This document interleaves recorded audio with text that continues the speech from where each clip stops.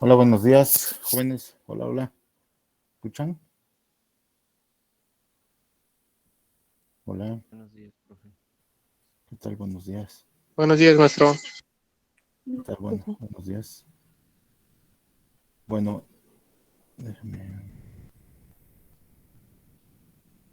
déjeme enviarles un material para yo trabajar sobre eso. Permítame.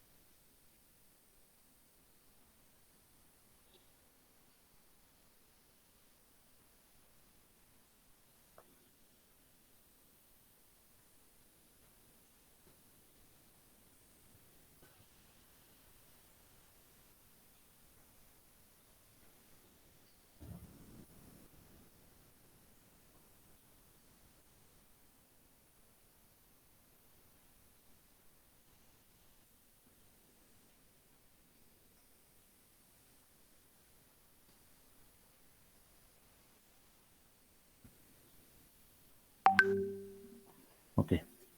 Les acabo de enviar un documento. Unos documentos más bien para, para lo que vamos a ver el día de hoy. Así, compartir la pantalla. Ahí está. ¿Ya pueden ver mi pantalla? Pues, Sí, hola, hola. Sí, gracias. Bueno, entonces, pues vamos a ver,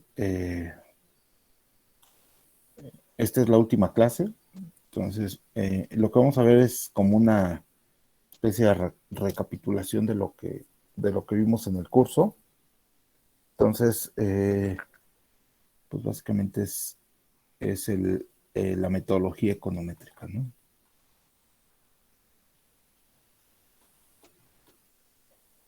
Econométrica.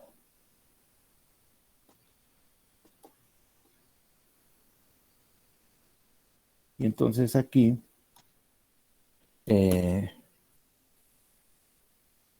pues lo que vimos en este curso es que tenemos este modelo, ¿no? Eh,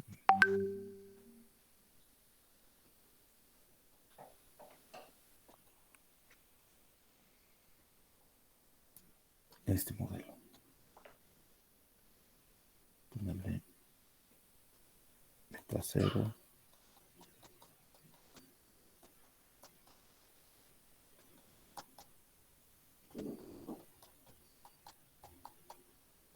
Esto. Bueno, ¿cuál es el objetivo de usar este modelo? ¿Para qué lo podemos usar o cuál es la idea? ¿Cuál es la idea? ¿Alguien me puede decir cuál es el propósito, el objetivo de usar un modelo de este tipo? ¿Para qué sirve? ¿era estimar las variables? No, no estimar las variables, no. Eh, ¿Para qué podemos usar este tipo de modelos? Para ver la relación que hay entre ellas, ¿Entre quiénes? entre las variables dependientes respecto a la independiente. Exacto, así es. Para ver la relación, para explicar un fenómeno, ¿no? Un fenómeno. Ese fenómeno es la variable dependiente, ¿no? Pensemos en cualquier fenómeno, el desempleo, la inflación, ¿no? Eh, las exportaciones, el crecimiento económico, la delincuencia, incluso algún programa de capacitación, ¿sí? Muchos fenómenos de este tipo, y entonces lo que vamos a tomar son variables que explican el fenómeno, ¿no? Eso es lo que vamos a hacer. Esas variables, por lo regular, esas variables que explican el fenómeno, por lo regular, pueden salir de un modelo o pueden salir de la práctica, ¿no? De la experiencia. Así pueden salir las variables, ¿sí? Y en este caso, precisamente, como qué modelos tenemos en economía. ¿Qué tipo de modelos tenemos en economía? ¿Qué teorías tenemos que arrojan algún modelo de las que han visto ustedes en sus cursos? La teoría del empleo, ¿no, profe? Ajá, ¿y La de- cómo se plantea, perdón? Bueno, recuerdo que al inicio una de las tareas que nos había dejado pone de ejemplo eh, el modelo, creo que de Keynes, Ajá, ok. solo que ese plantea que no tiene la U, entonces es más No, un modelo matemático que uno econométrico, algo así recuerdo. a ver. Lo que tenemos es acuérdense, lo que tenemos que partir de una teoría económica, por lo general, ¿no? Se parte de una teoría económica. De una teoría económica. Entonces tenemos muchas teorías económicas. Les decía, podemos tener la curva de Phillips, por ejemplo. Curva de Phillips. ¿Sí? Y es con doble L. Phillips. Entonces, en la curva de Phillips lo que tenemos es, en este caso, el desempleo está en función de la inflación. Así, ¿no? En este caso, este es el desempleo y esta es la inflación. Y en efecto, lo que tenemos es un modelo matemático, ¿no? Pero nosotros para poderlo estimar tenemos que transformarlo. Es un modelo matemático. Modelo matemático. Entonces, para poderlo estimar tenemos que transformarlo a un modelo econométrico. Transformarlo a un modelo econométrico.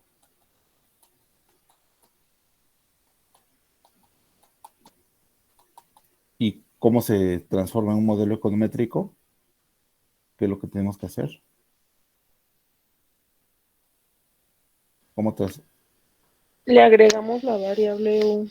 Exacto, se agrega el término de error, ¿no? Exactamente, término de error. Aquí como ya usé U para el desempleo, pues voy a ponerle otro nombre, simplemente WT, ¿no? Este es el término de error del modelo, ¿no? Exacto. ¿Y ese término de error qué significa? ¿Alguien recuerda qué significa ese término de error? Pues son factores externos, ¿no? Que intervienen o afectan de alguna manera las Así variables. es. O sea, son todos los demás factores que afectan a U que no están incluidos en pi, ¿no? En la variable explicativa. Así es. Así es. Sí, muy bien. O sea, la relación quiere decir, pues, que entre la inflación y el desempleo no es exacta. Entonces, hay otros factores que están fuera del modelo, ¿no? Tu apellido es García Reyes, ¿verdad? Sí, pero Muy bien. Ok. Muy bien, entonces ese modelo, podemos tener muchos modelos más. Y después, ¿qué hacemos? Ya que tenemos nuestro modelo econométrico, ¿qué es lo que hay que hacer? Según nuestra metodología que habíamos visto desde el principio. ¿Se estima? No, antes hay algo, ¿no? Algo falta. Falta construir el estadístico de prueba, no, antes hay algo falta. la regresión. No, ese es estimar el modelo. Recolectar la información. Exacto. Recolectar la información, recolectar datos, pues. Recolectar datos o información, ¿no? Para estimar el modelo. Información para estimar el modelo. Acuérdense que pues, los datos son la base de todos los modelos estadísticos, ¿no? Para poderlos implementar se requiere información, datos o información para estimar el modelo. ¿Sí? Y en este caso, ¿qué tipo de información tenemos? ¿Quién fue el que me dijo ahorita? No, Calderón siguieron. Calderón. ¿Sería una serie de tiempo? Son datos de series de tiempo. Ajá. Muy bien. Datos de series de tiempo. Muy bien. ¿Qué otro? Series de tiempo. Son 3 tipos de datos por lo general que se usan, ¿no? Datos de series de tiempo. Datos de corte transversal. Se llama. Datos de corte transversal. Y datos de panel. Son los 3 tipos de información que necesitamos. Datos de panel. ¿Sí? Muy bien. Ok. Ya que tenemos esta información, ahora sí, como dijeron, se estima el modelo, ¿no? Tenemos que estimar, de hecho, tenemos que estimar los parámetros del modelo, ¿no? Los parámetros del modelo. En este caso, ¿cuáles serían nuestros parámetros de este modelo? ¿La inflación y el desempleo? No, esas son las variables. Los parámetros son alfa y beta, son estos coeficientes, ¿sí? Esos son los parámetros. Ok. Y entonces aquí existen 3 métodos de estimación, los más comunes. Existen 3 métodos de estimación, los más comunes.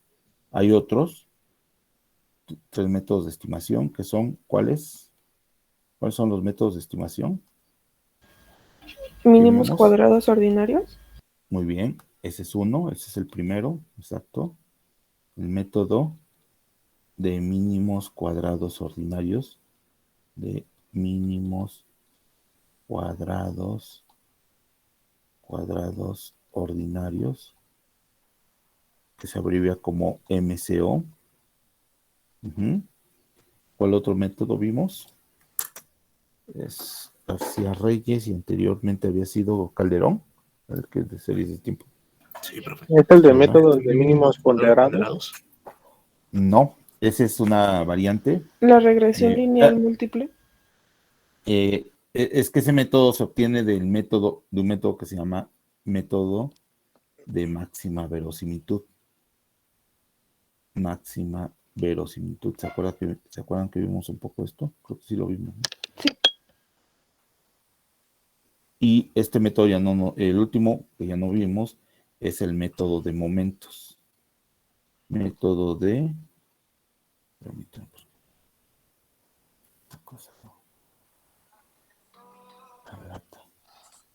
Método de momentos. Ese ya no lo vimos. ¿Vale? Método de momentos. Muy bien. Y entonces, ya que estimamos los parámetros del modelo, ¿qué es lo que hay que hacer? ¿Qué hacemos? Una vez que estimamos los parámetros del modelo, ¿qué sigue? ¿Interpretarlos? Sí, puede ser interpretar los datos. Ok. Por lo regular, esto sí lo podemos hacer aquí o está bien. Podemos interpretar los resultados, ¿no? Que se hace al final casi, ¿eh? Voy a ver por qué. Interpretar los resultados. Muy bien. Se hace al final, pero está bien, lo podemos dejar aquí. Ok. Y luego, ¿qué hacemos? ¿Qué tenemos que hacer? ¿Qué otra cosa tenemos que hacer? Obtener los valores predichos. ¿Realizar prueba de hipótesis? Exacto. Sobre todo, realizar inferencia estadística. Realizar inferencias estadísticas, ¿no? Inferencias estadísticas. Inferencia estadística. Que en este caso es realizar pruebas de hipótesis, básicamente. Realizar pruebas de hipótesis. Y En este caso, las pruebas de hipótesis, ¿cuáles eran las que teníamos que hacer? Calderón. Fue Calderón, ¿verdad? Sí, profe. Sí. Ajá, ¿qué pruebas de hipótesis son las que hay que hacer? ¿Se acuerdan? Hay dos grandes pruebas que hay que hacer. Y ahorita vamos a ver muchas más, pero hay dos en particular. ¿No se acuerdan? Las que son conjuntas e individuales. Las pruebas, Ah, de ajá, significancia. exacto. Pruebas de significancia conjuntas, exacto, significancia conjuntas, exacto, y pruebas de significancia individuales. Pruebas de significancia individuales. Exacto. ¿Sí? Para ver si los resultados pues, son estadísticamente significativos, ¿no? Si las variables explicativas causan a la variable dependiente, ¿no? Explican o determinan. Muy bien. Entonces, realizar inferencia estadística. Y adicional a la inferencia estadística que vamos a hacer, o sea, todo esto forma parte de un conjunto de pruebas estadísticas que hay que hacerle al modelo. Realizar pruebas estadísticas al modelo. Pruebas estadísticas adicionales, vamos a decir, adicionales al modelo. En este caso, vamos a tener, por ejemplo, estas pruebas sirven para verificar, estas sirven para verificar, que se cumplan los supuestos, del modelo clásico de regresión lineal.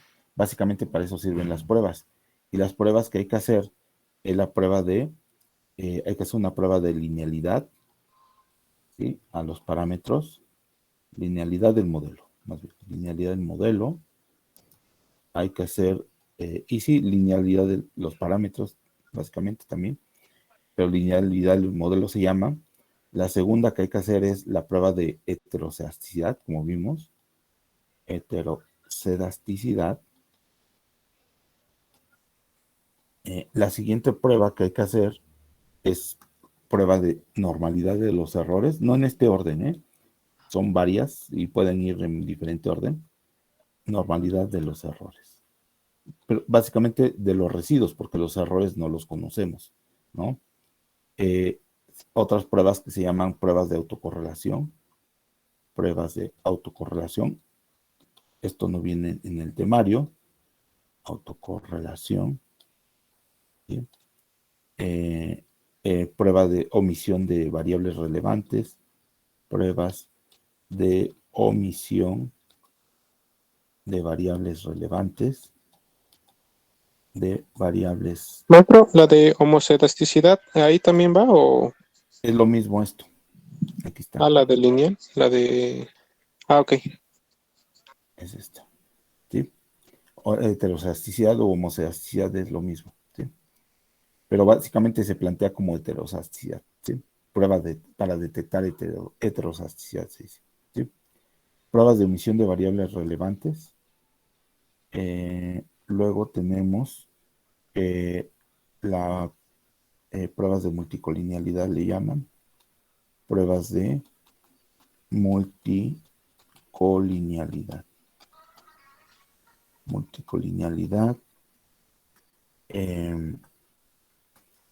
Y bueno, por lo menos tenemos que hacer esas pruebas. Hay otras pruebas más, ¿sí? Pruebas de cambio estructural se llaman otras, por ejemplo, cuando es series de tiempo, pruebas de cambio estructural, detección de valores atípicos,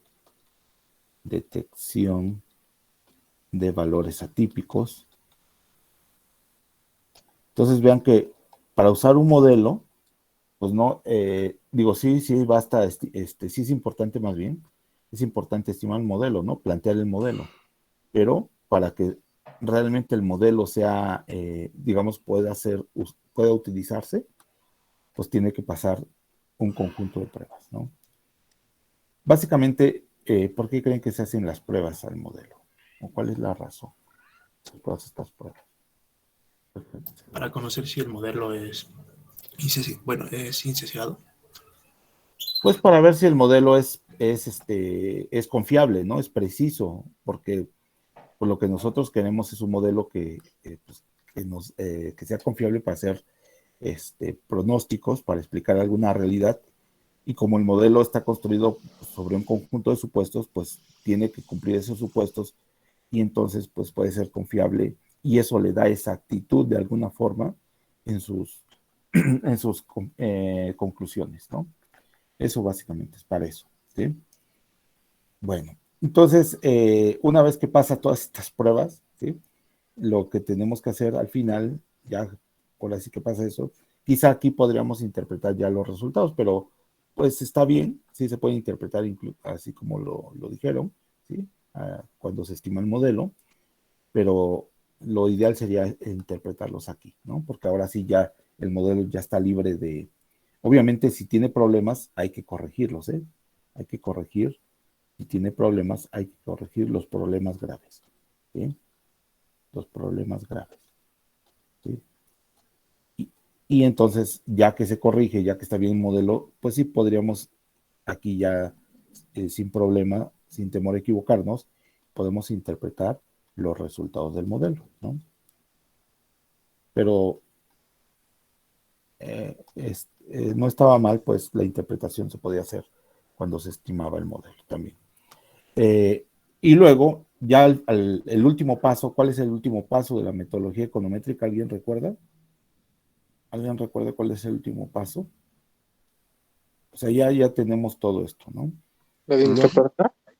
¿mande? ¿Interpretar? Aquí está, ¿no? Ya lo pusimos. No, hay otro paso. Hay otro paso que, Pronosticar. exacto. O sea, hay que usar el modelo, ¿no? Darle uso al modelo. Darle uso al modelo. O sea, ¿para qué construimos el modelo? Pues puede ser exactamente para pronosticar. Se usa el modelo para pronosticar. Eso puede ser. Para realizar política económica. Política económica. Política económica. Si es un programa de capacitación, una política pública, evaluar el impacto de una política,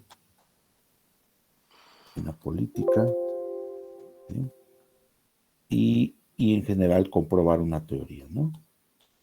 Comprobar alguna teoría. Eso podría ser, ¿sí?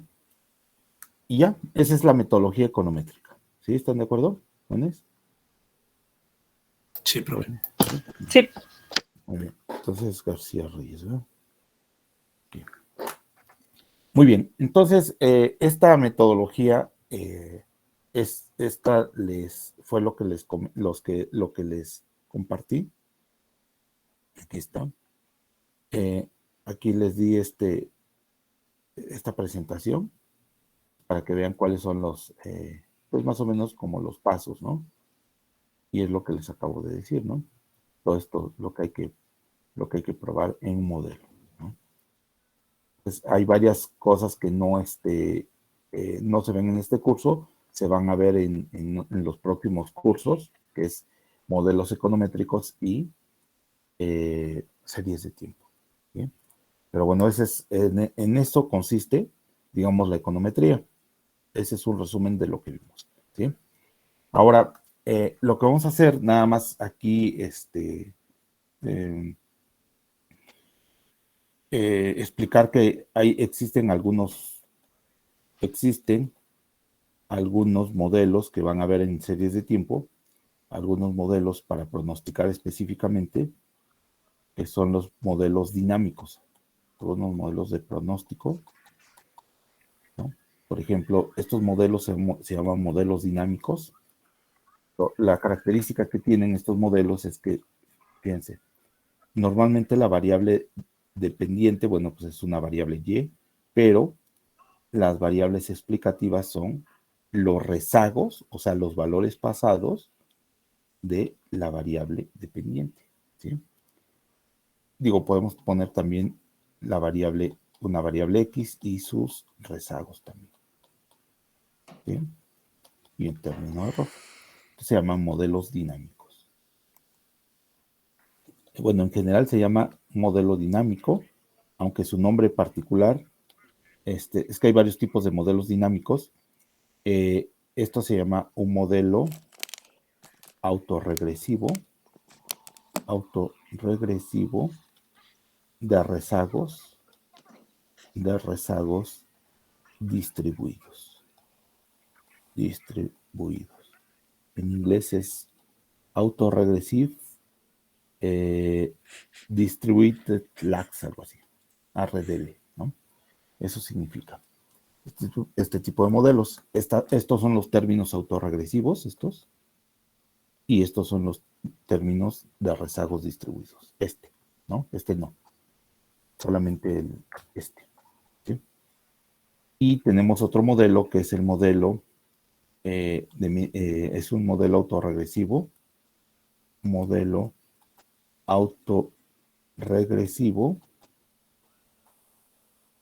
de medias móviles. Que en este caso sería el modelo YT, beta 0, más beta 1, YT menos 1. Aquí le podemos poner otro rezago o solamente un rezago. Y luego vean cómo se construye este modelo. Ahora vamos a ponerle este término. Vean, estos términos se llaman medias móviles. Se les conoce como términos de medias móviles. Términos de medias móviles. Entonces, este término, pues estos términos tienen una interpretación por lo regular, ¿no? O sea, el valor de hoy, de Y, depende en una parte, una proporción de su valor anterior, ¿no? Pero, ¿qué son estos términos de medias móviles? Pues básicamente estos términos de medias móviles son como errores de pronóstico, ¿sí? Los errores que se hayan cometido en el pasado, como que se tratan de incorporar en el modelo, un poco para, pues digamos, para mejorar el pronóstico en el siguiente periodo, ¿sí? Y hay otro modelo que van a ver que son los modelos de corrección de errores. Modelos de corrección de errores. Todos estos modelos son modelos dinámicos, ¿sí? Entonces, el modelo de corrección de errores se plantea así. Se pone un coeficiente y vean cómo se pone esto. Menos teta, xt menos 1, más, aquí se pone un coeficiente, gamma 1, se ponen los rezagos de la variable dependiente. Le podemos poner tantos rezagos como sea necesario y se ponen los rezagos de la variable, de la otra variable. Delta xt menos 2 y se pone un término de error.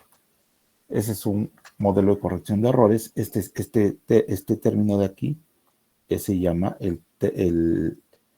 la relación. Lo podemos poner de varias formas. Se conoce como relación de cointegración. La relación de cointegración.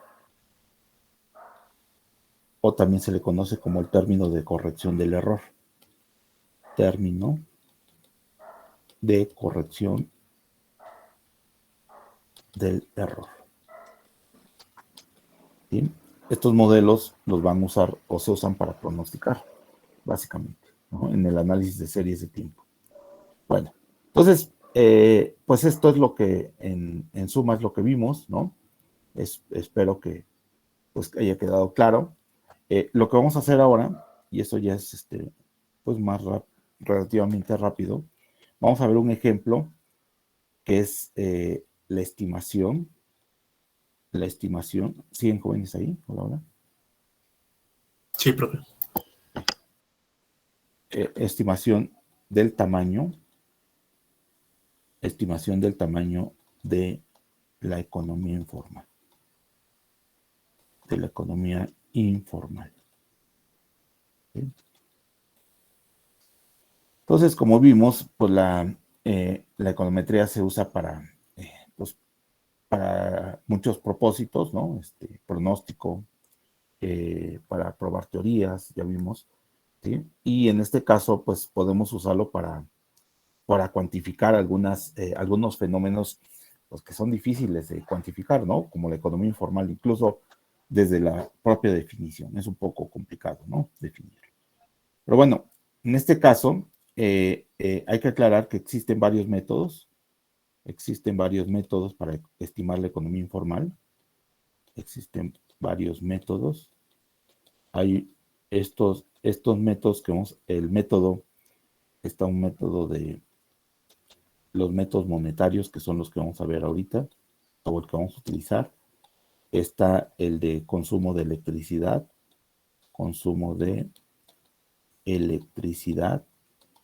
están las cuentas nacionales, ¿sí? Se pueden usar las cuentas nacionales para estimar el tamaño de la economía informal, y puede haber otros métodos, ¿no? Hay otro que se llama ecuaciones estructurales, ¿sí? Pero bueno, son muchos métodos, ¿no? Muy bien. Entonces, dentro de estos métodos hay métodos directos. A su vez, se pueden clasificar en métodos directos e indirectos, ¿sí? Métodos directos e indirectos, ¿sí? Los métodos directos básicamente son encuestas, ¿sí? Son encuestas, pues se les pregunta casi directamente a las personas, ¿no? No se les pregunta concretamente, ¿tú eres informal? Sino que se les plantean una serie de preguntas que con esas preguntas pues uno determina si está en informalidad o no, ¿no? Y los métodos indirectos, que son los que vamos a usar, este es un método indirecto, el método monetario, método indirecto. Los métodos indirectos eh, eh, se, se determina indirectamente, indirectamente, el tamaño de la economía informal, el tamaño de la economía informal a través del comportamiento, de algunas variables económicas,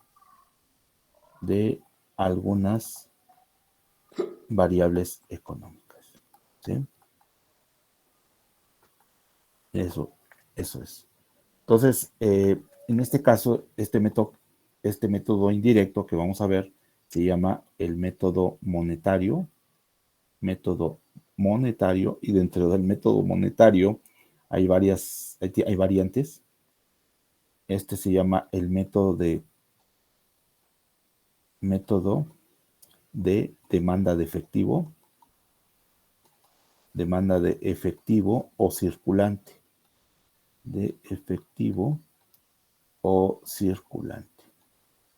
Este método lo desarrolló un economista del Fondo Monetario que se llama Vito Tanzi, ¿no? Él es el que desarrolló este método. Muy bien. Entonces, ¿qué es lo que nos dice este método? Bueno, lo que dice el método es que las personas usan el efectivo para esconder u ocultar u ocultar sus actividades de manera que sean detectados, de manera que no sean detectados más bien, que no sean detectados por la autoridad fiscal, ¿no? Por la autoridad fiscal y tengan que pagar impuestos. Y tengan que pagar impuestos. Bien. A lo mejor les suena algo conocido esto, ¿no?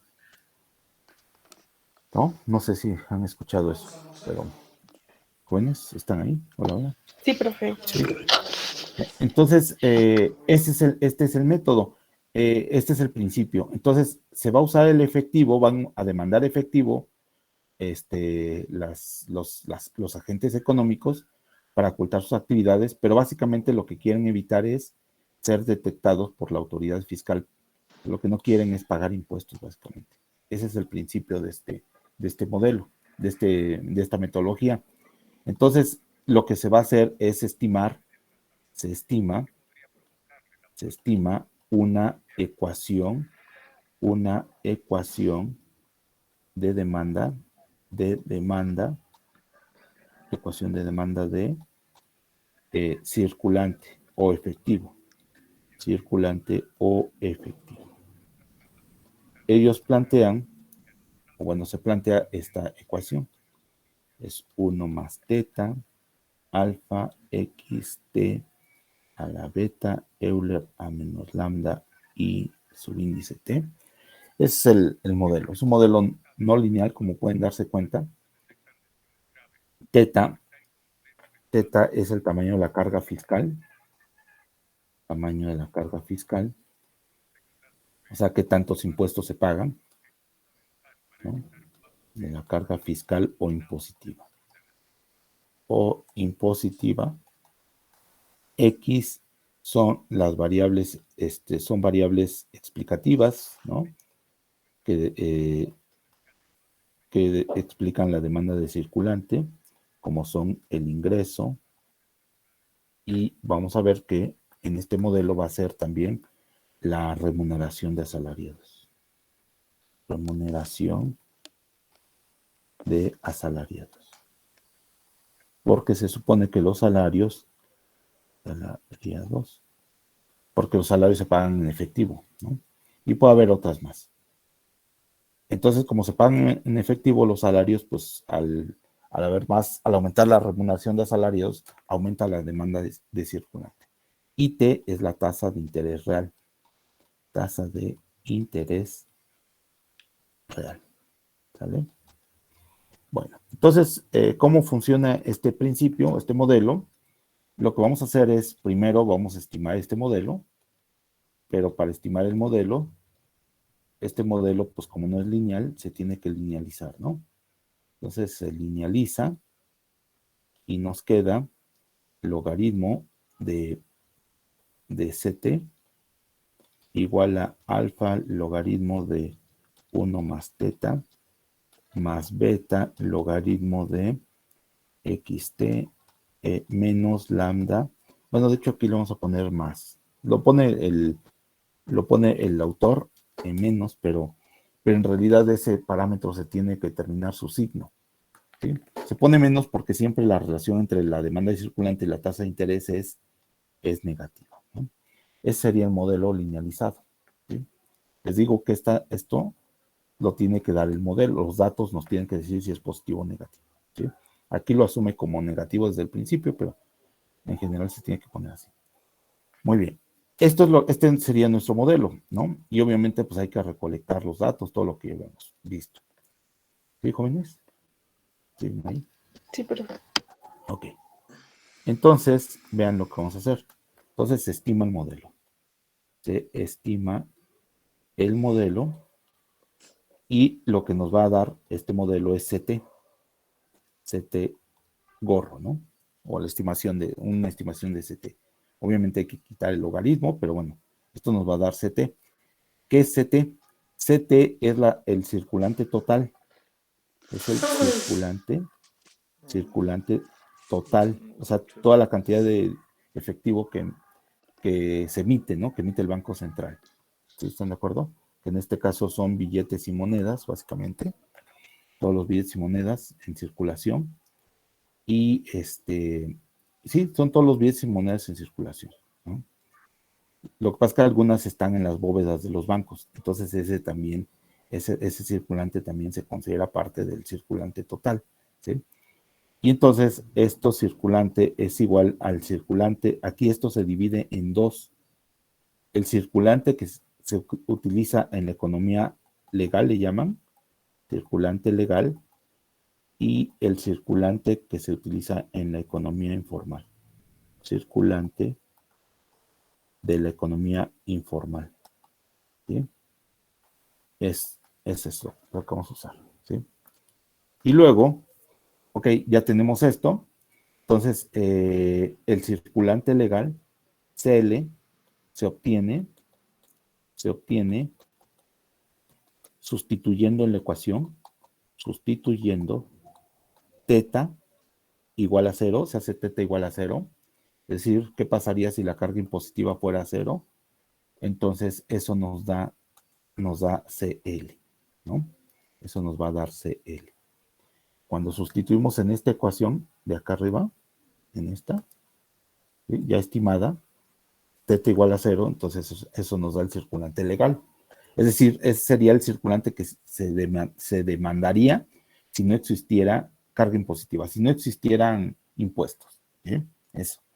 Y entonces el circulante de la economía informal pues simplemente se obtiene como una resta, ¿no? ¿Sí? ¿Están de acuerdo? Ya nada más se obtiene como una resta. ¿Jóvenes? Hola, Sí, hola. profe. Ok. Sí, Pero esta es la primera parte, porque lo que necesitamos en realidad es el tamaño de la economía informal. Es decir, lo que se produce, ¿no? O lo que se comercia en términos monetarios en la economía, ¿no? Entonces aquí lo que tenemos es lo siguiente. En este caso tenemos el circulante. En este caso vamos a usar la teoría cuantitativa del dinero. Teoría cuantitativa del dinero. Y entonces lo que vamos a tener es esto. MV igual a P por Y. ¿Sí? Es la teoría cuantitativa del dinero. Este es el circulante. Ahorita vamos a ver qué es lo que se utiliza. Aquí hay una velocidad de circulación en la economía legal. Esto, como se trabaja en términos reales, entonces esto se sustituye por el PIB real, pues. Es el PIB real. Esto es más aproximadamente igual al PIB real. Entonces, este es el PIB que mide el INEGI, el PIB de la economía legal. PIB de la economía legal. Y este es el que mide INEGI, ¿sale? Por ejemplo. Y entonces esta M se sustituye por el agregado monetario, M1, ¿sí?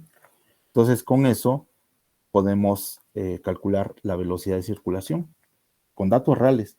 Y de hecho los datos que les di, con eso se calcula la velocidad de circulación. Le estoy dando el agregado monetario M1, le estoy dando el PIB real, entonces con eso podemos calcular esto, que sería simplemente esto sobre esto, ¿no?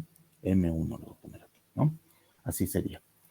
Y luego aquí se supone que la velocidad de circulación de la economía legal es igual a la velocidad de circulación de la economía informal.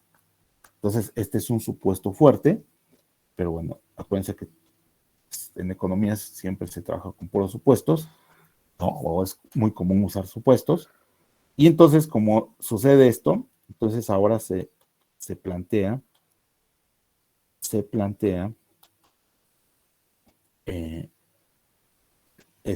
la teoría cuantitativa del dinero, se emplea o se plantea la teoría cuantitativa, pero para la economía informal. La teoría cuantitativa del dinero para la economía informal. Para la economía informal, que sería en este caso, lo voy a poner así, M, primero, M, B, I, y luego aquí voy a ponerle Y, I. Y, ¿sí? Bueno, lo voy a poner completo mejor primero, porque si no los voy a... E, pues Y, ¿vale? Así se plantea. Esa es la teoría cuantitativa del dinero. Y entonces, en este caso, esta M se sustituye por el circulante de la economía informal. Esto lo vamos a tomar en términos reales. Y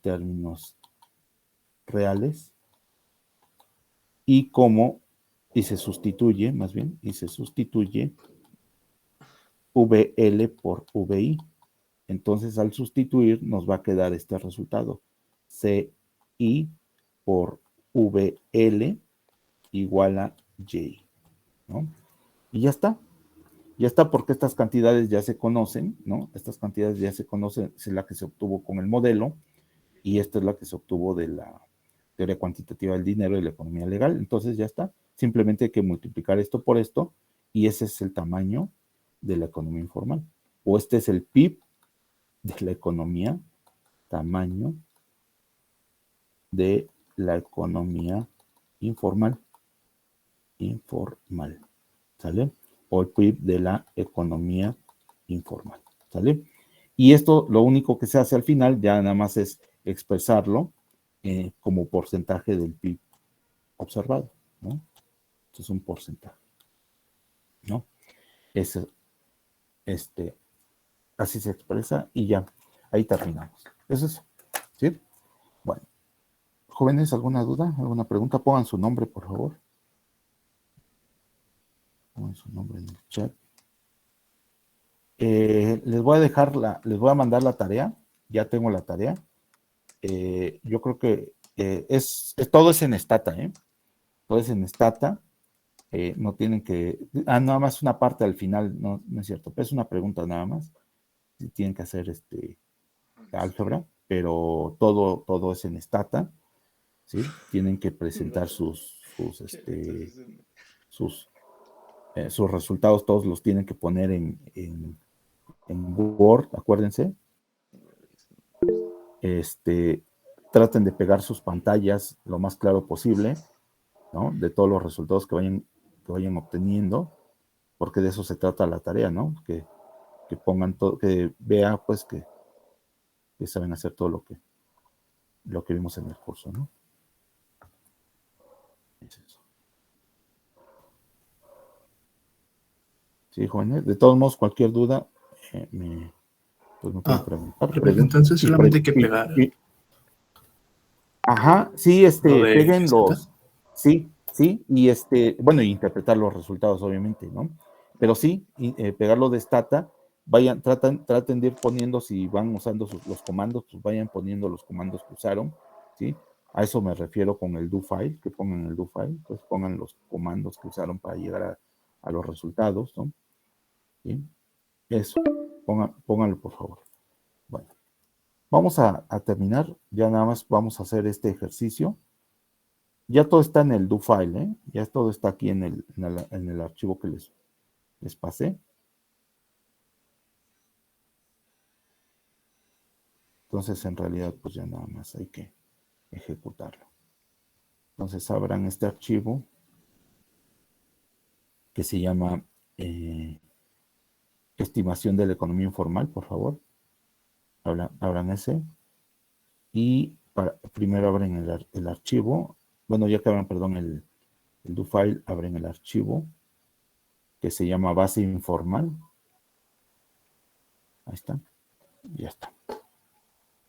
Y entonces vamos a graficar, ejecuten de la línea 5 a la línea 9. Esas son las gráficas. Tampoco se está alentando esta computadora. Bueno, entonces el modelo en realidad este modelo que habíamos planteado es el que hay que estimar para obtener el tamaño de la economía informal, es este que está aquí, ¿sí? Este. Las variables se escriben de una forma que sea más fácil la estimación, ¿sí? Porque les decía que cuando estimamos un modelo, normalmente el modelo va a tener los datos. Los datos van a tener problemas, ¿sí? Como es la heterozacidad, autocorrelación, que les digo que van a ver en series de tiempo, van a tener varios problemas los datos. Entonces, para minimizar esos problemas, escribe el modelo así, mire, se pone así. Es decir, en lugar de poner el circulante solito, en la variable dependiente se pone, o los billetes y monedas, se ponen los billetes y monedas divididos entre el agregado monetario M4. Este es el tamaño de la carga impositiva, es decir, todos los impuestos tributarios que recauda el gobierno, y esto se expresa en términos del PIB o como porcentaje del PIB. Esta es la tasa de interés real. Esta es la remuneración de asalariados como proporción del PIB, ¿sí? O sea, las variables se están expresando como tasas, pues, ¿no? Porque eso evita o minimiza los problemas que pueda tener el modelo. Y aún así, el modelo tiene problemas, pero bueno, ese es otro tema. Entonces, se estima el modelo, vean, este es el modelo, ya se construyen las variables, se estima el modelo, ejecuten de la línea 11 a la 21, y lo que se hace posteriormente es hacerle todas las pruebas que habíamos dicho, ¿no? Todas las pruebas que mencioné hace un rato, que describí, hasta acá, bueno, ejecuten de la línea 23 a la línea 51, ¿vale? Ahí está. Y como el modelo tiene problemas, lo que hay que hacer es corregirlo, y entonces aquí ya está el modelo corregido. Este es el modelo, ¿sí? Por eso, pues requeriría, digamos, un poquito, unas 3 clases por lo menos más para poder ver todo cómo se corrige eso, ¿no? Y entonces, pues, este es el modelo que ya se corrige y ya ya se puede interpretar, ¿no? Ya se puede interpretar, ya está libre de los problemas, y con este modelo, pues ahora sí ya se puede pronosticar, que es lo que vimos en la metodología econométrica, y hacemos todo lo que les expliqué ahorita matemáticamente, pero bueno, aquí está en la sintaxis de Stata, y esto es lo que nos da el tamaño de la economía informal, ¿sí? Este es el tamaño de la economía informal. Aquí la economía informal, vean cómo iba creciendo hasta antes de los 90, antes de empezar la década de los 90, y cae aquí, se desploma, y desde entonces se ha mantenido en estos niveles. La economía informal por lo regular aumenta en las épocas de crisis. Aquí está. ¿No? Las crisis aumentan. Aquí, ¿por qué creen que disminuyó, perdón, la economía informal? ¿Por qué creen que haya disminuido? Del 88, más o menos, pues de hecho hasta en el 91, ¿no? Es donde ahí da, pues digamos, se reduce a su máximo nivel, o a su nivel mínimo. ¿Qué creen que haya pasado? Pues pueden ser tres cosas, ¿no, profe? Puede ser corrupción o remesas o lavado de dinero.